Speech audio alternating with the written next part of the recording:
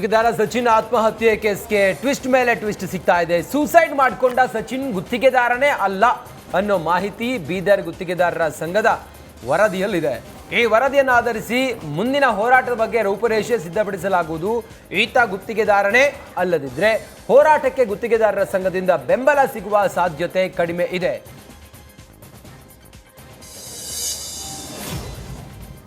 ಗುತ್ತಿಗೆದಾರ ಮೃತ ಸಚಿನ್ ಆತ್ಮಹತ್ಯೆ ವಿಚಾರಕ್ಕೆ ಗೃಹ ಸಚಿವ ಪರಮೇಶ್ವರ್ ಪ್ರತಿಕ್ರಿಯೆಯನ್ನು ನೀಡಿದ್ದಾರೆ. ಬೆಂಗಳೂರಿನಲ್ಲಿ ಮಾತನಾಡಿದ ಅವರು ಪ್ರಿಯಾಂಕ್ ಖರ್ಗೆ ಇದರಲ್ಲಿ ತಮ್ಮ ಪಾತ್ರ ಇಲ್ಲ ಅಂತ ಹೇಳಿದ್ದಾರೆ. ತನಿಖೆ ನಡೀತಾ ಇದೆ, ವರದಿ ಏನ್ ಬರುತ್ತೆ ನೋಡೋಣ, ತನಿಖೆ ವರದಿ ಬಂದ ನಂತರ ಕ್ರಮ ತೆಗೆದುಕೊಳ್ತೇವೆ ಅಂತ ತಿಳಿಸಿದರು. ಪ್ರಿಯಾಂಕ್ ಖರ್ಗೆ ಅವರೇ ಸ್ಪಷ್ಟಪಡಿಸಿದ್ದಾರೆ, ಇದರಲ್ಲಿ ನನ್ನ ಪಾತ್ರ ಯಾವುದೂ ಇಲ್ಲ ಅಂತ ಹೇಳಿದ್ದಾರೆ. ಈಗ ನಾವು ಕೂಡ ಅದನ್ನು ಈಗ ಏನು CODಗೆ ಆದೇಶ ಮಾಡಿದ್ದೇವೆ. ತನಿಖೆಯಲ್ಲಿ ಏನು ಬರುತ್ತೆ ಅದನ್ನು ನೋಡೋಣ. ಪ್ರಿಯಾಂಕಾ ಖರ್ಗೆ ಅವ್ರ ಪಾತ್ರ ಇಲ್ಲ ಅಂತ ಮೇಲ್ನೋಟಕ್ಕೆ ಬಂದಿದೆ ಅಂತ ಹೇಳಿ ನಮ್ಮ ಇಲಾಖೆಯವರು ಕೂಡ ಹೇಳ್ತಾ ಇದ್ದಾರೆ. ಹಾಗಾಗಿ ಪೆಟ್ರೋಲ್ ಡೀಸೆಲ್ GST ವ್ಯಾಪ್ತಿಗೆ ತರುವ ಬಗ್ಗೆ ಸಿಎಂ ನಿರ್ಧರಿಸುತ್ತಾರೆ ಎಂದು ಗೃಹ ಸಚಿವ ಪರಮೇಶ್ವರ್ ಹೇಳಿದರು. ಬೆಂಗಳೂರಿನಲ್ಲಿ ಅವರು ಮಾತನಾಡಿದರು. ಪೆಟ್ರೋಲ್ GST ವ್ಯಾಪ್ತಿಗೆ ತರುವ ಬಗ್ಗೆ ಸಿಎಂ ನಿರ್ಧಾರವನ್ನು ಮಾಡ್ತಾರೆ. ಮಾರ್ಚ್ನಲ್ಲಿ ಬಜೆಟ್ ಇದೆ, ಈ ವೇಳೆ ಪರಿಶೀಲಿಸುತ್ತಾರೆ. ರಾಜ್ಯಗಳಿಗೆ ಲಾಭವಾಗುವ ನಿಟ್ಟಿನಲ್ಲಿ ಕೇಂದ್ರ ಸಹಕರಿಸಬೇಕು, ಆಗ ಮಾತ್ರ GST ವ್ಯಾಪ್ತಿಗೆ ಪೆಟ್ರೋಲ್ ತರಬಹುದು. ನಮಗೆ ತೊಂದರೆ ಆಗುತ್ತೆ ಅನ್ನುವ ಹಾಗಿದ್ರೆ ಯೋಚಿಸಬೇಕಾಗತ್ತೆ ಅಂತ ಹೇಳಿದರು. ಬಗೆಹರಿಸುವ ದೃಷ್ಟಿ ರಾಜ್ಯದಲ್ಲಿ ಈ GST ಗೊಂದಲ ಏನಿದೆ ಅದನ್ನು ಬಗೆಹರಿಸುವ ದೃಷ್ಟಿಯಿಂದ ಏನು ಕ್ರಮ ತಗೋಬೇಕು ಸರ್ಕಾರ, ರಾಜ್ಯ ಸರ್ಕಾರ ಅದನ್ನು ತಗೊಳ್ತೇವೆ. ಒಂದು ವೇಳೆ ಅದು ನಮ್ಗೆ ಅನುಕೂಲ ಆಗ್ತಾ ಇದೆ ಅಂತ ಅನ್ನೋದಾದರೆ ತಗೊಳ್ತಾರೆ. ಅದನ್ನು ಎಕ್ಸಾಮಿನ್ ಮಾಡಬೇಕಲ್ಲ, ಅದನ್ನು ಎಕ್ಸಾಮಿನ್ ಮಾಡಬೇಕು. ನಮ್ಮಲ್ಲಿ ಈಗ ಫೆಬ್ರವರಿ ಮಾರ್ಚಲ್ಲಿ ನಮ್ಮ ಬಜೆಟ್ ಬರುತ್ತೆ, ಅದನ್ನು ಲೆಕ್ಕ. ನಾಡಿನ ಜನತೆಗೆ ಶುಭಾಶಯಗಳು. ಈ ವರ್ಷ ಬಹಳ ಶಾಂತಿಯುತವಾಗಿ ಹೊಸ ವರ್ಷ ಆಚರಣೆ ಆಗಿದೆ ಅಂತ ಹೇಳಿ ಗೃಹ ಸಚಿವ ಪರಮೇಶ್ವರ್ ಹೇಳಿದರು. ಬೆಂಗಳೂರಿನಲ್ಲಿ ಮಾತನಾಡಿದ ಅವರು ನಿನ್ನೆ ರಾತ್ರಿಯ ಹೊಸ ವರ್ಷದ ಆಚರಣೆಯಲ್ಲಿ ಜನರು ಭಾಗವಹಿಸಿದ್ರು. ರಾಜ್ಯದಲ್ಲಿ ಯಾವುದೇ ಅಹಿತಕರ ಘಟನೆ ಆಗಿಲ್ಲ. ಶಾಂತಿಯಿಂದ ಹೊಸ ವರ್ಷ ಆಚರಣೆ ಆಗಿದೆ. ರಾಜ್ಯದ ಯುವಕರಿಗೆ ಅಭಿನಂದನೆ ಸಲ್ಲಿಸುತ್ತೇನೆ. ಕಾನೂನು ಸುವ್ಯವಸ್ಥೆ ಕಾಪಾಡಿದ್ದಾರೆ ಅಂತ ತಿಳಿಸಿದರು. ಹೊಸ ವರ್ಷದ ಶುಭಾಶಯಗಳೊಂದಿಗೆ ಇವತ್ತು ನಾನು ತಮ್ಮ ಮುಂದೆ ಮಾತನಾಡ್ತಾ ಇದ್ದೇನೆ. ನಿಮ್ಮೆಲ್ಲರಿಗೂ ಕೂಡ ಹೊಸ ವರ್ಷ ಹರ್ಷ ತರಲಿ ಅಂತ ಹೇಳಿ ಹಾರೈಸ್ತೇನೆ. ನಿನ್ನೆ ರಾತ್ರಿ ಏನು ನಾವು ಹೊಸ ವರ್ಷದ ಆಚರಣೆಯಲ್ಲಿ ಲಕ್ಷಾಂತರ ಯುವಕರು ಜನರು ಏನು ಭಾಗವಹಿಸಿದ್ರು, ಭಾಳ ಶಾಂತಿಯಿಂದ ಬೆಂಗಳೂರಿನಲ್ಲಿ ಮತ್ತು ಇಡೀ ರಾಜ್ಯದಲ್ಲಿ ಯಾವುದೇ ಅಹಿತಕರವಾದ ಘಟನೆ ಆಗದೆ. ಜಮೀನಿಗಾಗಿ ತಂದೆ ಮಗನ ನಡುವೆ ಜಗಳ ನಡೆದಿತ್ತು. ಕಳೆದ 29ರಂದು ಪೊಲೀಸ್ ಠಾಣೆಯಲ್ಲಿ ಹಿರಿಯರ ಸಮ್ಮುಖದಲ್ಲಿ ರಾಜಿ ಸಂಧಾನ ಕೂಡ ನಡೆಸಲಾಗಿತ್ತು. ವಿಠಲ್ ಸಾಲ ಮರುಪಾವತಿಗೆ 2 ತಿಂಗಳ ಸಮಯವನ್ನು ಕೇಳಿದ್ರು. ಆದರೆ ಬೆಳಗಾವಿ ಜಿಲ್ಲೆಯ ಮುಗಳಕೋಡ CPI ರವಿಚಂದ್ರನ್ ಕರೆ ಮಾಡಿ ಮನ ಬಂದಂತೆ ಅವಾಚ್ಯ ಶಬ್ದಗಳಿಂದ ನಿಂದಿಸಿದ್ದಾರೆ ಎಂದು ಗ್ರಾಮದ ಮುಖಂಡ ಪ್ರಕಾಶ್ ಗಂಭೀರ ಆರೋಪವನ್ನು ಮಾಡಿದ್ದಾರೆ. ಕಣ್ಣಿಗೆ ಕಾರದ ಪುಡಿ ಎರಚಿ ಹಣ ದರೋಡೆ ಮಾಡಿರುವ ಘಟನೆ ಧಾರವಾಡ ಹೊರವಲಯದ ಗೋವನಕೊಪ್ಪ ಬಳಿ ನಡೆದಿದೆ. ಆದಿಲ್ ಎಂಬಾತ ರಾತ್ರಿ ಗ್ಯಾರೇಜ್ ಕೆಲಸ ಮುಗಿಸಿ ಮನೆಗೆ ತೆರಳುವಾಗ ದುಷ್ಕರ್ಮಿಗಳು ಬೈಕ್ ಅಡ್ಡಗಟ್ಟಿ ಬೈಕ್ ಹಾಗೂ 1.80 ಲಕ್ಷ ರೂಪಾಯಿ ದೋಚಿ ಪರಾರಿಯಾಗಿದ್ದಾರೆ. ಈ ಸಂಬಂಧ ಸ್ಥಳೀಯ ಠಾಣೆಯಲ್ಲಿ ಪ್ರಕರಣವನ್ನು ದಾಖಲಿಸಲಾಗಿದೆ. ನೂತನ ಹೊಸ ವರ್ಷಾಚರಣೆ ಹಿನ್ನೆಲೆ ಕೋಲಾರದ ಕೋಲಾರಮ್ಮ ದೇವಾಲಯದಲ್ಲಿ ವಿಶೇಷ ಪೂಜೆಯನ್ನು ಸಲ್ಲಿಸಲಾಗ್ತಾ ಇದೆ. ಇವತ್ತು ಮುಂಜಾನೆಯಿಂದಲೇ ದೇವರಿಗೆ ವಿಶೇಷ ಪೂಜೆ ಅಲಂಕಾರ ಮಾಡಲಾಗ್ತಾ ಇದೆ. ನೂರಾರು ಸಂಖ್ಯೆಯಲ್ಲಿ ಭಕ್ತರು ದೇವಸ್ಥಾನದತ್ತ ಆಗಮಿಸುತ್ತಿದ್ದಾರೆ.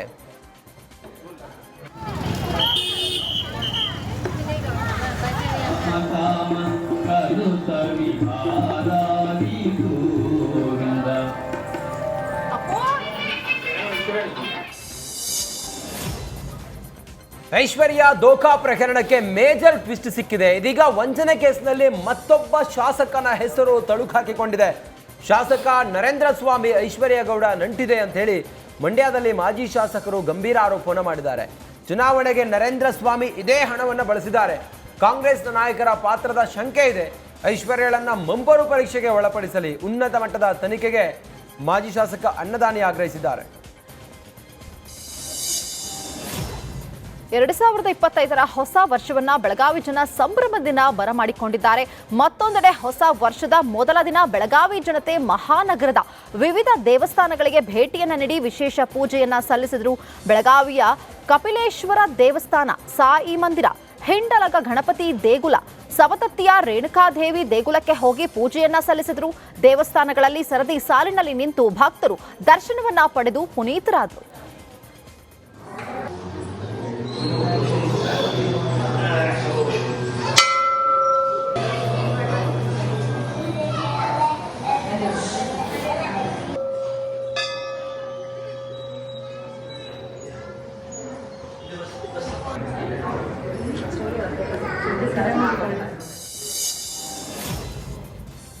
ಹೊಸ ವರ್ಷಾಚರಣೆ ವೇಳೆ ವಿಜಯನಗರ ಜಿಲ್ಲೆಯ ಕಿಡಿಗೇಡಿಗಳು ಹೊಸಪೇಟೆಯಲ್ಲಿ ಅಟ್ಟಹಾಸವನ್ನು ಮೆರೆದಿದ್ದಾರೆ.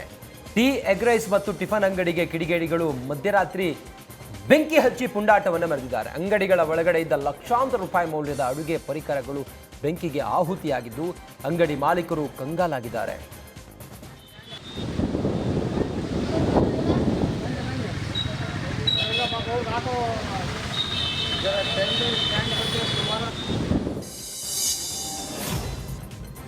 ಕೊಡಗಿನ ಯೋಧ ದಿವಿನ್ ಹುತಾತ್ಮರಾಗಿದ್ರು. ಕುಶಾಲನಗರದಲ್ಲಿ ಸಾರ್ವಜನಿಕರ ಅಂತಿಮ ದರ್ಶನಕ್ಕೆ ವ್ಯವಸ್ಥೆ ಮಾಡಲಾಗಿತ್ತು.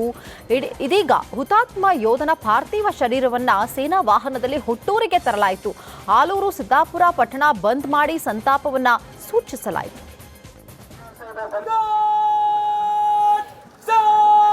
ಮಕ್ಕಳಿಗೆ ಮೊದಲ ಅವಕಾಶ ಇದೆ, ಬಂದ್ಬಿಟ್ಟು ಫೋನ್ ಸಿಸ್ಟಮ್ ಅಲ್ಲಿ ಇನ್ನೊಂದು ನೋಡ್ಕೊಂಡು ಹೋಗ್ರಿ.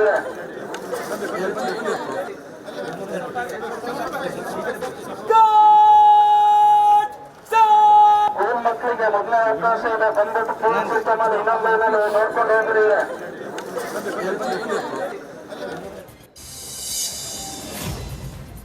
ಗುತ್ತಿಗೆದಾರ ಸಚಿನ್ ಪಾಟೀಲ್ ಆತ್ಮಹತ್ಯೆ ಕೇಸ್ ಬಿಜೆಪಿಗೆ ಮತ್ತೊಂದು ಅಸ್ತ್ರವಾಗಿದೆ. ಕಾಂಗ್ರೆಸ್ ನಾಯಕರ ವಿರುದ್ಧ ವಾಗ್ದಾಳಿ ನಡೆಸ್ತಾ ಇದ್ದ ಬಿಜೆಪಿಗೆ ಸಚಿವ ಡಾಕ್ಟರ್ ಶರಣಪ್ರಕಾಶ್ ಪಾಟೀಲ್ ಟಾಂಗ್ ಕೊಟ್ಟಿದ್ದಾರೆ.